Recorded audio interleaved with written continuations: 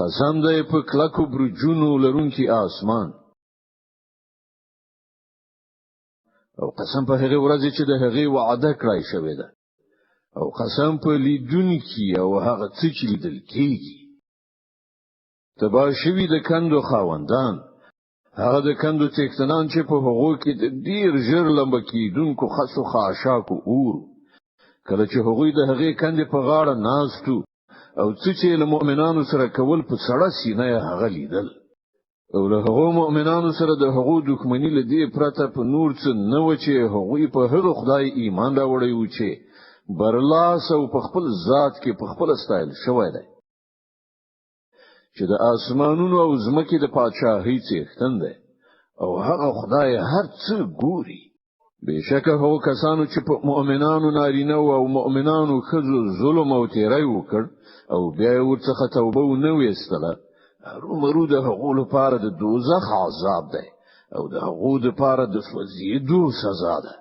کوم خلکو چې ایمان راوړی دی او ښه عملونه یې کړي دي، هرومرو د هغو لپاره د جنت باغونه دي چې د هغو لاندې به ویالې بهیږي.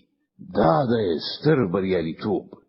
په حقیقت کې ستاسو د پروردګار نیونه ډیره سخته ده. هغه په لومړي ځل پیدا کول کوي او هغه په دوهم ځل پیدا کوي، او هغه بخونکی دی، مینه کوونکی دی، د عرش څښتن دی، لوی او لوړ دی، او څه چې خوښ شي د هغه کوونکی دی.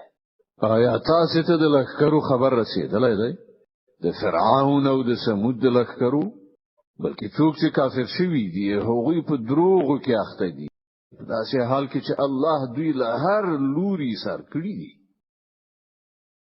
د هغو په دې دروغجن کولو سره د دې قرآن هیڅ شی نه ورانیږي، بلکې دا قرآن د لوړې مرتبې لرونکی دی، په هغه لوح کې ځای په ځای شوی دی چې محفوظ دی.